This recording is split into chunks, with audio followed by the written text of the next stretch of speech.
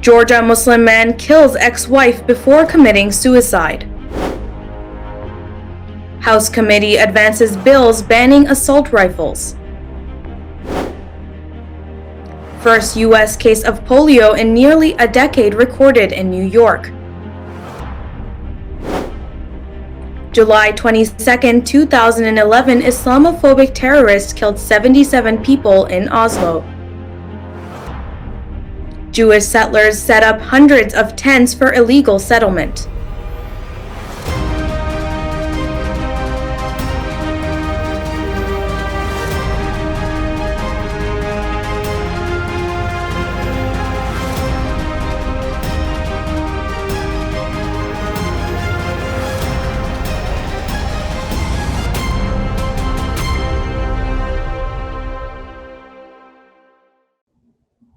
From Toronto studios, this is the Muslim News on Muslim Network TV. Assalamu alaikum, I'm Saamiyah Syed. Our top story tonight, a Georgia man traveled to Chicago Monday and fatally shot his ex-wife before killing himself as police arrived, authorities said. 29-year-old Sania Khan was divorced in May and posted videos on TikTok about her relationship with her ex-husband, Raheel Ahmed. Chicago Sun-Times reports Khan was a photographer who specialized in photos of weddings and happy couples. Khan was a Pakistani American and wrote earlier on her TikTok account, "Going through a divorce as a South Asian woman feels like you have failed at life sometimes." She spoke about lack of emotional support from the community after her divorce, making it harder for women to leave a marriage. Domestic violence continues to surge in Chicago and across Illinois. Just last year, pandemic-induced isolation and economic uncertainty made it harder for victims to get help, according to a new report by the network advocating against domestic violence. We have an in-depth analysis of the tragedy coming up later tonight, so keep watching Muslim News. On Wednesday, the U.S. House Judiciary Committee advanced 2 bills that would ban assault-style rifles and make it easier to sue gun manufacturers if their weapons are used unlawfully. The first bill forbids the importation, sale, manufacture, transfer, or possession of a semi-automatic assault weapon or a large-capacity ammunition feeding device. It also mandates grandfathered semi-automatic assault weapons and large-capacity ammunition feeding devices to be stored securely. The second legislation repeals the Protection of Lawful Commerce in Arms Act, that prohibits civil actions against manufacturers and suppliers of firearms and ammunition for damages resulting from unlawful use of a firearm. It also repeals limitations on admitting gun trace data as evidence in civil lawsuits and administrative proceedings.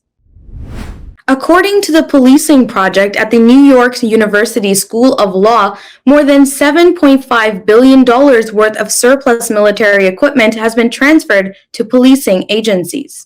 That's since 1033 program's inception in 1990.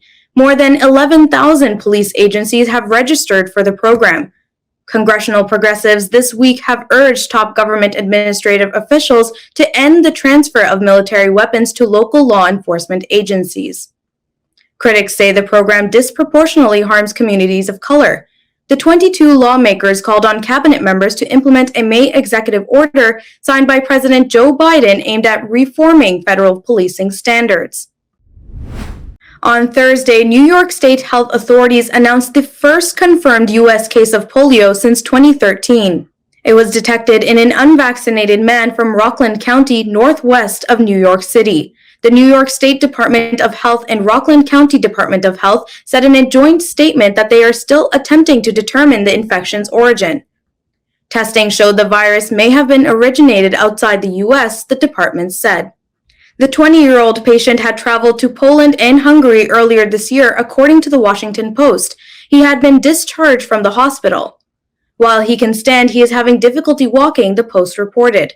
Polio is an extremely contagious neurological disease that mostly affects children. Symptoms can take up to 30 days to appear and be mild and flu-like, but the disease can cause paralysis and death. On Thursday, the January 6th committee released previously unheard radio chatter among Secret Service officers on Mike Pence's security detail. They made calls as they frantically weighed whether they could safely move the then vice president to a secure location during the attack. The audio was played over footage of rioters entering the Capitol. It shed new light on how concerned the Secret Service was about the vice president's safety as well as their own agents. The White House National Security Council was listening to the radio conversations in real time and commenting in a chat log. One national security official said there was a lot of yelling and very personal calls over the radio saying goodbyes to family members. On Wednesday, dozens of House Democrats and nearly all of the Republicans voted down an amendment to ease Cuba's import of food grown by U.S. farmers. Representative Rashida Tlaib introduced the amendment, which was previously backed by lawmakers from both sides of the aisle. She said it would ease the food shortages in Cuba and help U.S. agricultural producers. H.R. 8294 funds the Treasury Department and its Office of Foreign Assets Control. The Michigan Democrats' amendment would suspend enforcement of the U.S. government's ban on financing agricultural sales to Cuba. The Caribbean island is in the grips of a crushing economic crisis made worse by Washington's 60-year embargo. Details on the 11th anniversary of the Oslo terrorist attack comes after the break, so stay tuned and we'll be right back after these messages.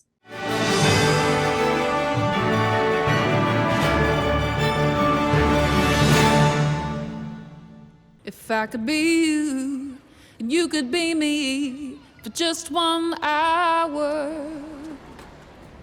If we could find a way to get inside each other's minds. Walk a mile in my shoes. Walk a mile in my shoes. Well, before you abuse, criticize and accuse. Walk a mile in my shoes. There are 16 million children struggling with hunger in America. That's 1 in 5 daughters, sons, neighbors, and classmates who don't know where their next meal is coming from. Yet billions of pounds of good food go to waste every year. It's time we do something about it. Feeding America is a nationwide network of food banks that helps provide meals to millions of kids and families in need. Visit feedingamerica.org to help them feed even more. Together, we can solve hunger. Together, we're feeding America.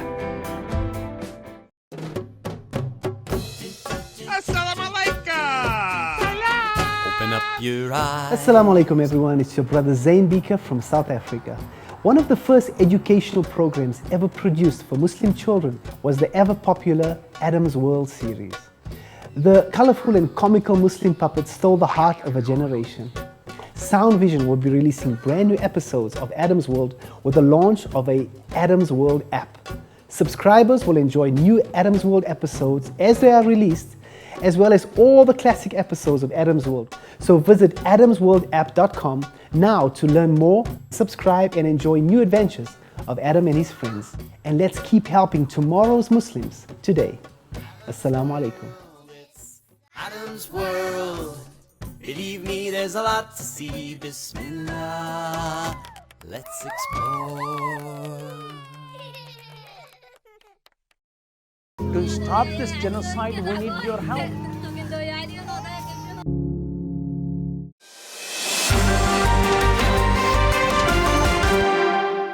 Welcome back. It's been more than 10 years since a far-right Norwegian extremist inspired by anti-Muslim hate killed 8 people with a bomb and shot dead another 69 at a youth camp in Oslo. In a quest to save European culture, Anders Breivik began the carnage of July 22, 2011 with a bomb attack in Norway's capital. 2 hours after that attack, he slaughtered dozens of participants of the Workers' Youth League summer camp in Utøya Island wearing a police uniform as a disguise. In total, 77 people died and more than 200 others were wounded. Following the attacks, many politicians from far-right parties in Europe voiced support for the mass murder on social media and in public. In August 2012, Breivik was sentenced to 21 years in prison, with a minimum of 10 years served. In January, Breivik sought parole at Telemark District Court but was denied. The court ruled he still poses a threat to society. France is home to the largest Muslim population in Europe and has been for many decades. Despite that, it remains a hostile environment for Muslims. French Muslim women who wear the hijab are vulnerable to Islamophobia. Anissa, a 28-year-old French-Tunisian schoolteacher based in Tremblay, France, has experienced such overt racism. While on holiday with her husband in France's northern region, she felt people's uncomfortable stares even in the supermarket. French Muslim women struggled to be seen and heard amid negative perceptions of their faith and community held by French society. In 2020, Islamophobic attacks in France increased by 53%. Anti-Islamic policies have led to the closure of 22 mosques across France in the past 18 months and a proposed ban on the hijab being worn by minors.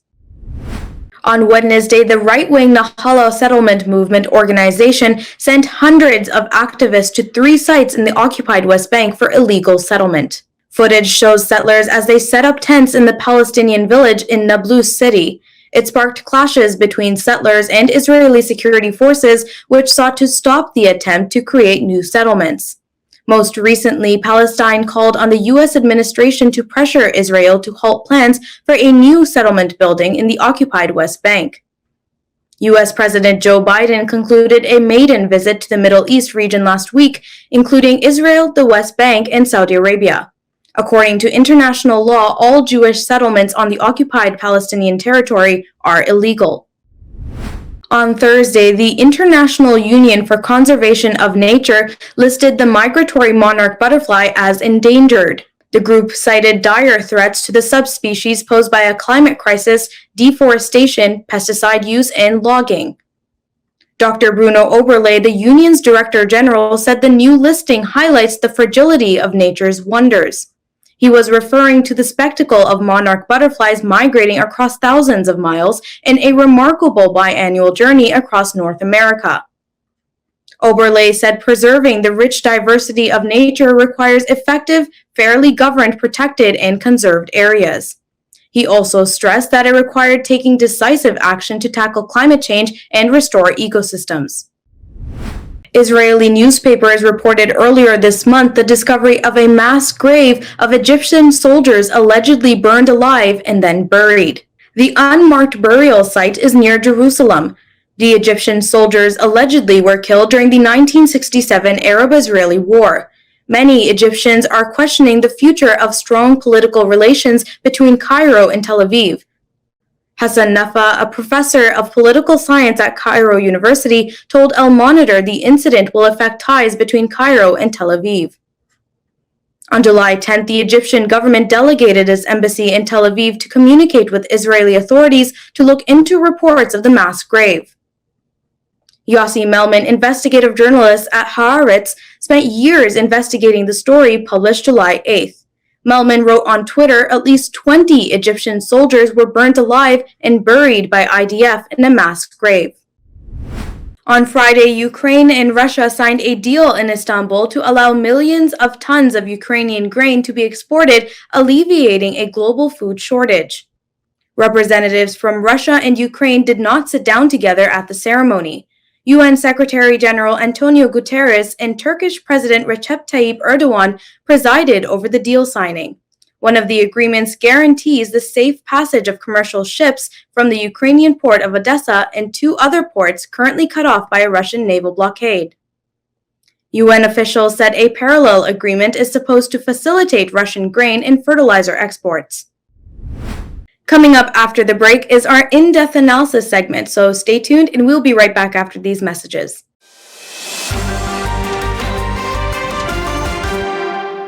If I could be you, and you could be me for just 1 hour. Walk a mile in my shoes. Walk a mile in my shoes.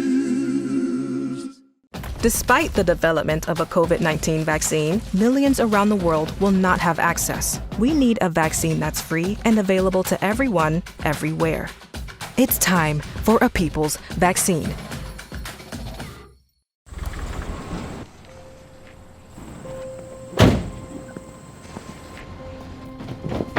Dad, they took over my bedroom. Come on, come on. Okay, Dad. 1, 2, 3. Dad!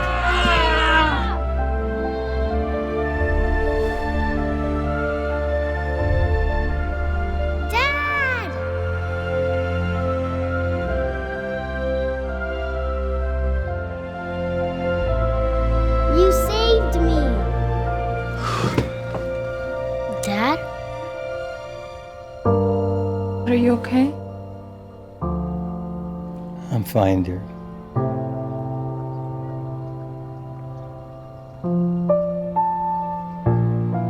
Your hero needs you now, and AARP is here to help. Find the care guides you need at aarp.org/caregiving. We are Justice for All. Headquartered in the heart of downtown Chicago, Justice for All is a global humanitarian initiative dedicated to raising awareness for human rights concerns impacting vulnerable minority groups. Our diverse team of staff and volunteers, led by Imam Malik Mujahid, work tirelessly to help Justice for All achieve their goals.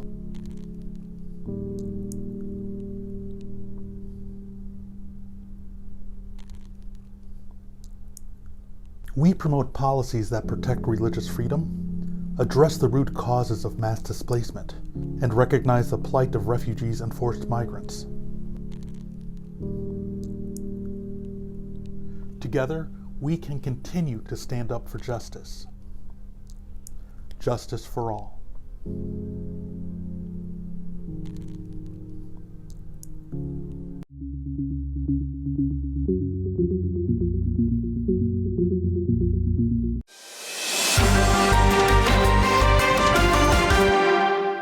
Welcome back. Now is a segment on violence against women. Let's watch. We have today Reem Alsalem, who is United Nations Special Rapporteur on violence against women, its causes and consequences. And tell us this, why is the violence against women increasing because they are being more coming into position of power in different societies, so there is a violence increasing against them, or some other causes? Yes, thank you for having me. And it's a very good question. So I would propose that we first look at the definition of gender-based violence, which, as you may know, is violence that is directed against a woman or a girl because of their gender, or because the violence against them affects them disproportionately. And as you rightly mentioned, violence against women remains a global epidemic. And in fact, it's further made worse by intersecting forms of violence and intersecting forms of discrimination that women are subjected to. So what that actually means is that if you take a woman and if she has a number of other characteristics that intersect with her identity as a woman and a girl, she would be even more exposed to violence and more vulnerable to it. So, for example, if you have a woman that speaks out against patriarchal norms or challenges them, for example, if you have a human rights defender, she could be a judge, she could be a leader of a women organization. So a woman or a girl that uses her voice or uses a platform in order to challenge social norms or challenge human rights violations, this kind of woman is more exposed to violence. So if you speak up, if you are contributing to the society, you become more susceptible. Tell me if the statistics collection also playing a role in we seeing higher level of violence, or it is essentially the causes of women rising as a contributor to the society in a difficult conditions? Well, it's a combination of both, and there is no doubt that in the last 10 years or so, there is more awareness, more reporting happening on violence, and there are more resources being dedicated to it. And this is obviously the result of the efforts of many stakeholders. I mentioned women-led organizations, civil society in general, human rights defenders, but also, countries that have feminist policies and UN agencies. And of course, my position, the mandate as a special rapporteur, which was created more than 27 years ago, has also allowed for increasing advocacy and dedicated work in order to really find out the scope and the level of this horrendous phenomena.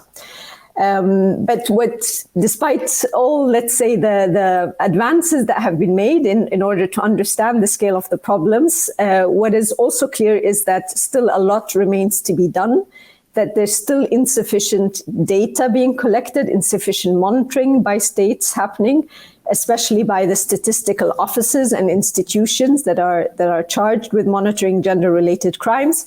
And if I may say, unfortunately, also the COVID situation has not helped that at all. So we had a pandemic, a violence against women and girls pandemic before COVID.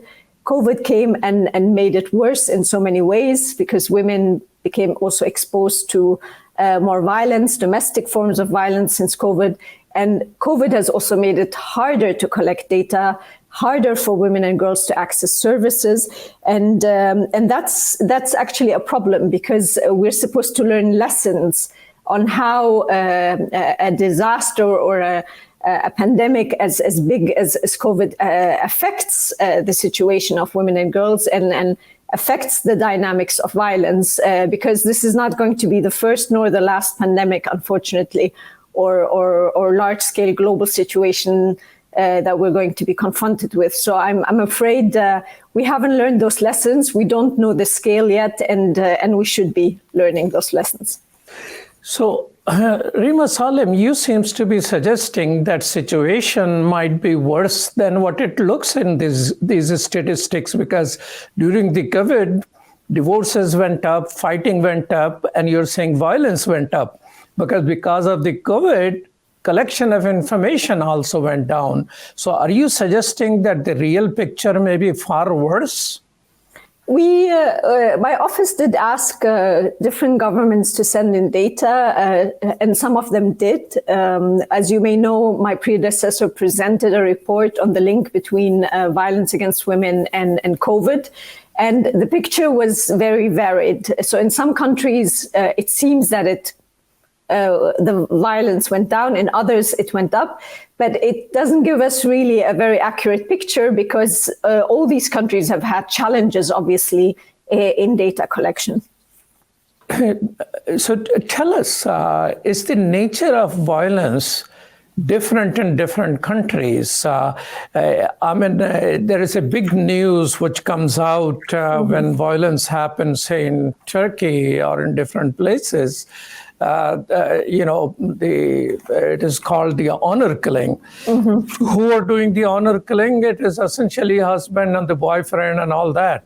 But the same thing happened in the United States. 92%, according to FBI data, in 2018, the killers were boys and husbands. Sorry, not the boys, but boyfriends and the former husbands, or the current husband or the current boyfriends. There is a big case right now in America. Mm-hmm.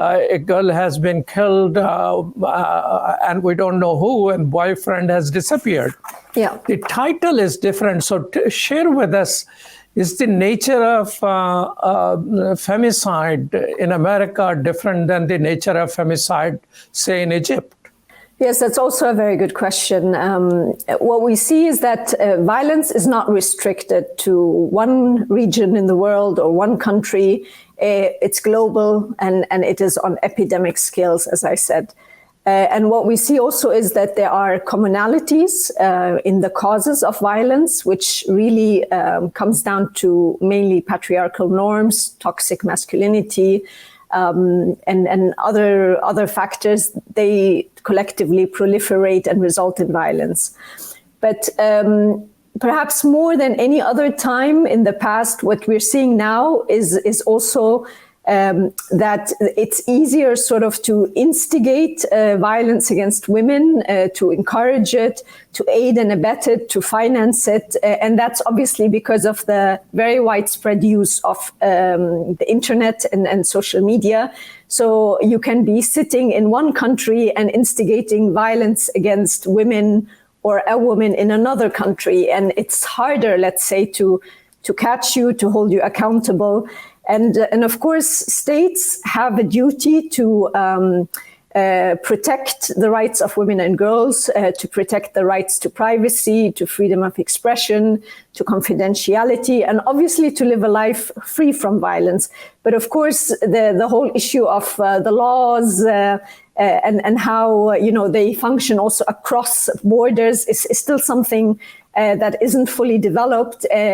But it is important to emphasize that human rights outside the internet apply to the internet. So it's not like we live in parallel worlds where the internet is protected against that. Now, perhaps also to say that what affects the landscape of violence in a country is also political will. So the degree to which a state is willing to invest resources in combating and ending violence, also the degree to which it's willing to adapt and reform its legislations and policies to make sure that violence is really prevented, acts of violence are investigated, that they are punished. And so it has to do really also with the rule of law in a country, I would say. And that point is very important because courts and judicial systems are obviously the gateway for protecting the rights of women and girls and other groups. And they've been won with difficulty in some countries. And of course, those that are pushing back against women's rights and girls' rights know that. And so what we're seeing in some countries is that they are obviously targeting immediately the judicial systems, trying to influence them, trying to control them. And it's very concerning because we see that even in democracies or supposedly democracies, where legal systems, where there are attempts to co-opt legal systems in order to control women and control girls and allow for violence against them. Well, we got a democratic place called Texas. It has the largest number of women killed every year because, you can have a gun everywhere. You can walk with guns, enter with guns. So they're using their guns. And the largest number of women killed in America actually is in the state of Texas. Tell us what international institutions you're impressed by that they're doing a good job in preventing violence against women. Yeah, so there's obviously many stakeholders in many different parts of the world that are working on ending violence against women and girls and are stepping up to that challenge. Perhaps I should say that it's not the role of any one single institution or collection of institutions to do that. It really has to be an all-of-society approach. We're all concerned by that. We all have a role to play. And so the thing I would also say here is that the impact of violence against women and girls is not just on the survivors and their families. It goes beyond that. It affects also the prosperity of countries and nations.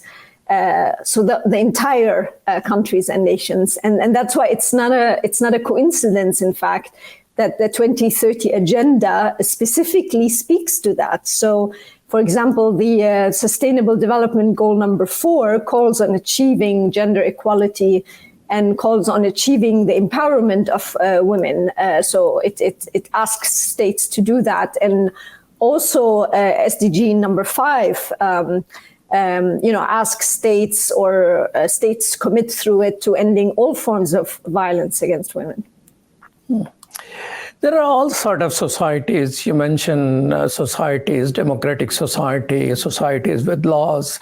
And I mentioned Texas, which got, guns and laws about guns, and women are being killed as a largest number in the United States. But then there are traditional societies where law has not penetrated, like India.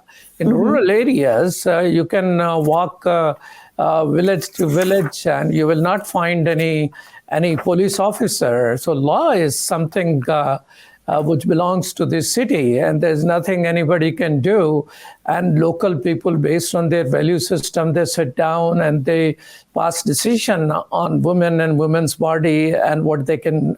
So in the traditional societies, which are not governed by laws, although theoretically democratic, How can women be protected in those scenarios? So rural women and the violence that happens against them is actually a very good example of what I talked about earlier, these cumulative forms of discrimination and also the intersecting characteristics that can then exacerbate violence. And by that, I mean that they are more vulnerable, not only because they're women in a certain context, but also because they might be in the rural areas. And this is actually one of the reasons, like recognizing this vulnerability and the special need that needs to be put to rural women is a reason why, for example, the Convention on the Elimination of Discrimination Against Women specifically called on states to eliminate discrimination against women in rural areas and asked states that they ensure that women in rural areas enjoyed adequate standards of living. And so what we see in a number of countries is that, for example, rural women or women who live in rural areas that are also human rights defenders, or they might be community leaders that are advocating for their communities to access land or to reform laws or access other rights like education for their children, are often threatened or in some contexts and can also be subjected to extrajudicial killings. And then, of course, you have the other issue, which is that women in rural areas are often disadvantaged when it comes to accessing also services and very vital services, like, for example, sexual and reproductive health, like abortion services. And this is very much present or an issue in the global north as it is in the global south. And you actually spoke about the US, so I'll give you an example from the US. So, for example, in Rio Grande Valley, 2 abortion clinics serve an area which has 1.3 million people. So women have to travel 250 miles each way, which is equivalent to 4 hours by car, to access the nearest clinic in San Antonio in Texas. And many, of course, are unable to afford the transportation costs, especially if they're immigrant women living in rural areas and if they are poor. And also they cannot afford the cost of abortion services. So what I would say is that states also here have a duty to ensure that these women can access their rights, that they sanction, that they prohibit violence against these women, and also to ensure that these women can access justice effectively and also have effective remedies. And of course, to do that, you need to make a very concerted effort to inform women about their rights and not just assume that they know it. Well, since you're talking about informing them, what about education? Can we do a better job in raising a generation which is more respectful to each other's space across gender and open to making all the facilities available to them and are better able to control their anger or the control freakishness of a male domination? Well, I would call it more than freakiness. It's a very serious problem. I would call it toxic masculinity, being influenced by patriarchal norms. And the issue, of course, of education is very important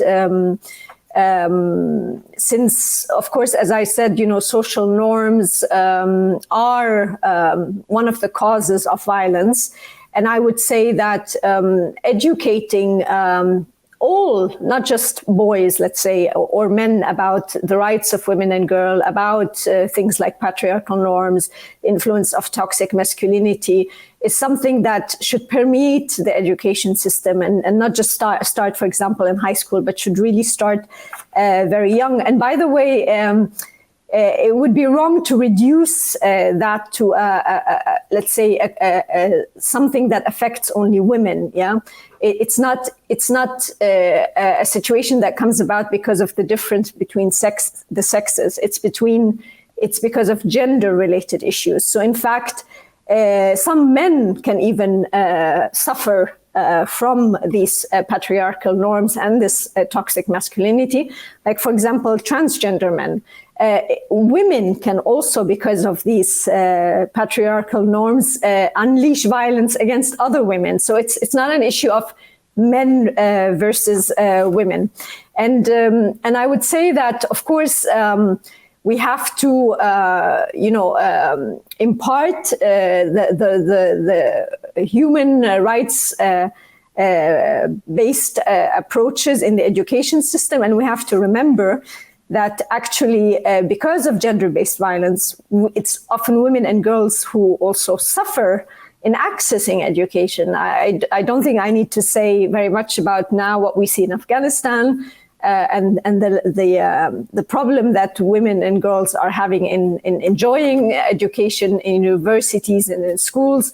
But also, for example, girls that have to or undergo child marriage, often the first right that goes out of the window is their ability to go to school. So therefore they lose out on school as well. Now, the final thing maybe I say about education is that education on its own will not solve the problem. As I said before, it really has to be a comprehensive package of intervention, and it has to include the whole society.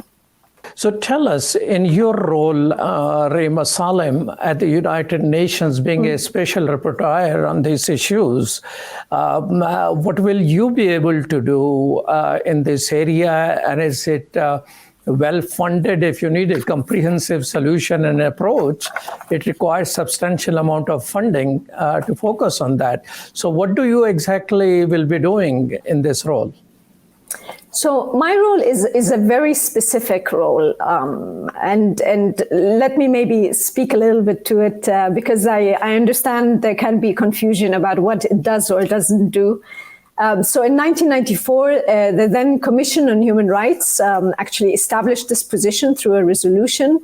And since 2006, the mandate holder then reports to what is now the Human Rights Council. And the rapporteur position was basically, was established because of the scale of violence against women, because there was a need to look at its causes and consequences. And what the mandate holder is meant to do is to receive and seek information on the situation from all kinds of stakeholders. So we're talking about governments, we're talking about treaty bodies like CEDAW, for example, the CEDAW Committee, specialized agencies, and also it's meant to recommend measures, ways, and means at local, international, regional level to eliminate violence against women. So what I'm supposed to also be doing is to be working with my colleagues in the special procedure that also, of course, when they work on their themes, are always looking also at the situation of women and girls.